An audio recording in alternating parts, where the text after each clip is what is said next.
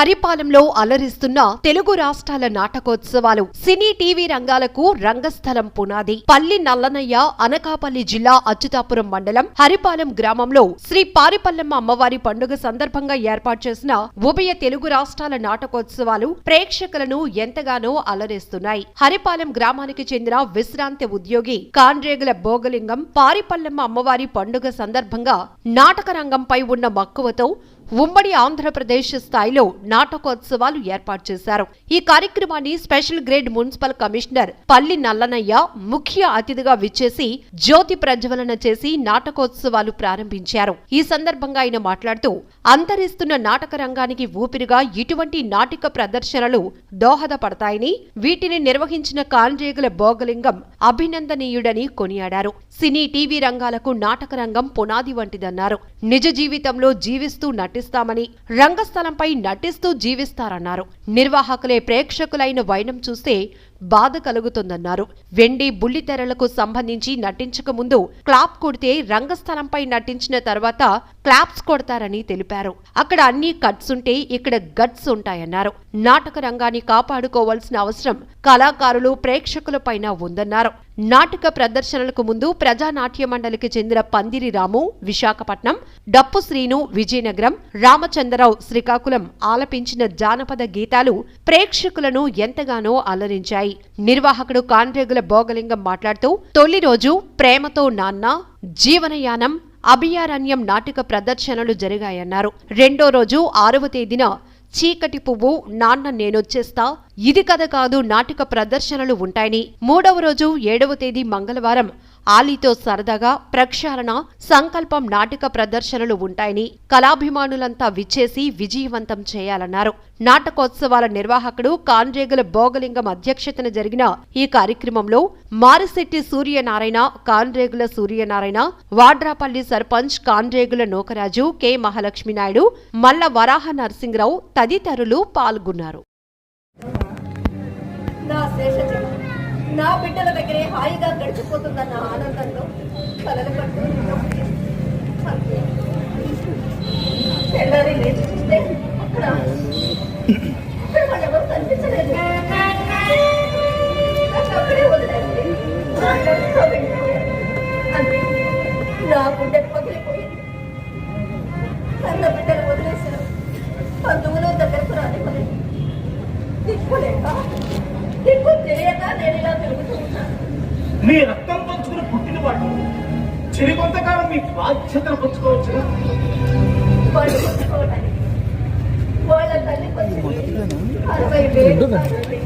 60,000.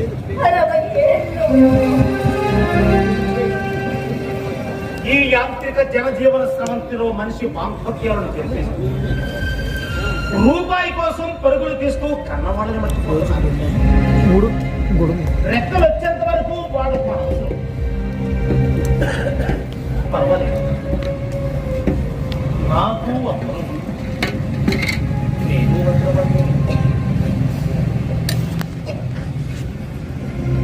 ఏమైంది?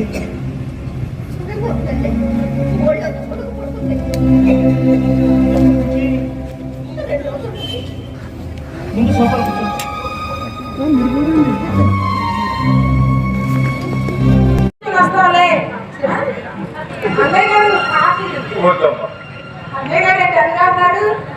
కూతురు పోయిన బాధలో ఏమిటో ఈ కాలం పిల్లలు అన్నిటికీ తొందరపాటు నిర్ణయాలు. నేనేమన్నాను? జరిగిందే అన్నాను.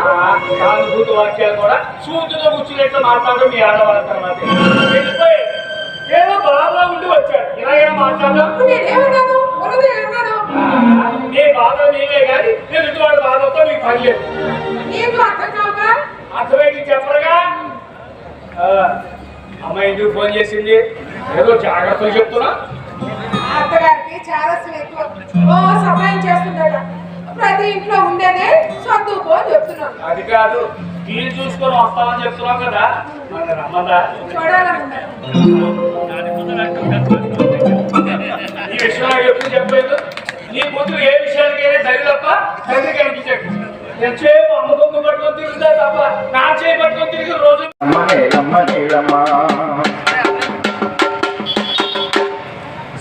సాలెటి వాళ్ళకు తుళ్ళిత సాలు సాలుగు నువ్వు పాలంత సాలెటి వాళ్ళకు తుళ్ళిత సాలు సాలుగు నువ్వు పాలంత కాలినే ఉయ్యాలుగా నీలునే చనుబాలుగా కాలినే ఉయ్యాలుగా నీలునే చనుబాలుగా అక్కల పక్కల రెక్కల నువ్వు సక్కగా మరిచి మక్కల వచ్చి చేలు తల్లి బాబు నేను పొంగే వచ్చి చేలు వంగే తల్లి బాబు నేను పొంగే అక్క బిడ్డల పని మేలగట్టి ఇంకా పడిపోతుందమ్మని కన్న కడుపుక నేలమ్మ నేలమ్మ నేలమ్మ నేలమ్మ నీకు వేల వేల వందనాలమ్మ నేలమ్మ నేలమ్మ నేలమ్మ నీకు వేల వేల వందనాలమ్మ. జంతువులకే కాదు లాంటి వారికి కూడా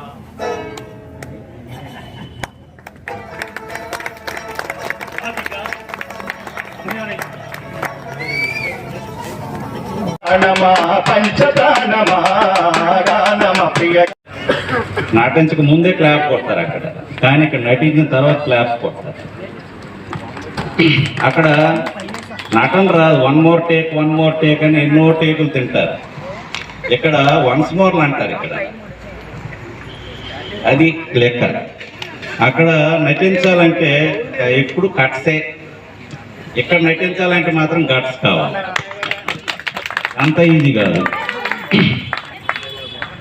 తర్వాత మనం ఏదైనా సినిమా కానీ ఏదైనా చూడాలంటే బాలకమలు వచ్చి తలదించుకొని చూడాలి, కానీ మనం నాటకం చూడాలంటే తలెత్తుకునే చూడవచ్చు. మీరందరూ తలెత్తుకొని మనం చూడవచ్చు అన్నమాట. అంటే అలాంటి చరిత్ర ఉన్న నాటక రంగం మన సమాజ ఉద్ధరణకి ఎంతో తోడ్పడిన నాటకాన్ని మనం ఈ రోజున మరి కాంట్రేగుల బోవలింగం గారు మరి ఉభయ రాష్ట్రాల్లో మంచి పేరు ప్రఖ్యాతులు గడించి ప్రజల మన్నలను అందుకున్న, ఎన్నో బహుమతులు కైవసం చేసుకున్న నాటకాలను ఏరిపోయి తెచ్చి ఇక్కడ ప్రదర్శింప చేయడం అంటే వారికి తెలుగు నాటక రంగం తరఫున వారి అభిమానిగా మేము ధన్యవాదాలు తెలియజేస్తున్నాం.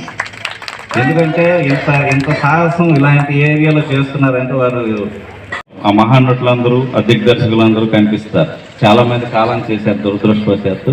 వాళ్ళని సివిల్లో చూడాలంటే జీవన నాటకంలోనే మనం చూడగలం. ఓ లక్ష్మణరావు గారు కానీ, ఒక గూడూరు సావిత్రి కానీ, బొర్రా సుబ్రహ్మణ్య శాస్త్రి కానీ, ఇలాంటి మహానటులందరూ కూడా మనం చూడవచ్చు. అమరూప సత్యనారాయణ గారు కానీ, వీళ్ళందరినీ కూడా ముఖ్యంగా ఉత్తరాంధ్రలో ఉన్న ప్రముఖ నటులందరినీ కూడా తీసుకెళ్ళడం జరిగింది, వారిని ఇంటర్వ్యూ చేయడం జరిగింది. అలా నాటక రంగంతో నాకు ఇంతంతో ఈ నటులతోని వీళ్ళందరితో అనుబంధం ఏర్పడింది. ఇవాళ తెలుగు నాటక రంగం పరిస్థితి చూస్తుంటే రోజు రోజుకి దిగజారుతుందనేవి చెప్పాలి. ఎందుకంటే నిర్వాహకులే ప్రేక్షకులైన వైనం మనం చూస్తున్నాం. ఎలా అయిపోయిందంటే నాటక రంగం, మన తెలుగు నాటక రంగం ఏమైనా అంటే నాటకాలు ఆడుతున్నాం అన్న హేళన స్థితికి వచ్చింది. నాటకాలు ఆడడం అంత ఈజీ కాదు. మన నిత్య జీవితంలో జీవిస్తూ నటిస్తాం, కానీ రంగస్థలం మీద అలా కాదు, నటిస్తూ జీవించాలి. ఇక్కడ నటించి జీవించాలంటే అంత ఈజీ కాదు. నాటకాలు ఆడటం అంటే అంత ఈజీ కాదు. ఇప్పుడు చాలామంది టీవీ నటులు కానీ, సినిమా నటులు కానీ అందరికీ కూడా ఇది పునాది. ఈ నాటక రంగం నుంచి వెళ్తేనే నటన తెలుస్తుంది. ఇప్పుడు ఈ నాటక రంగాన్ని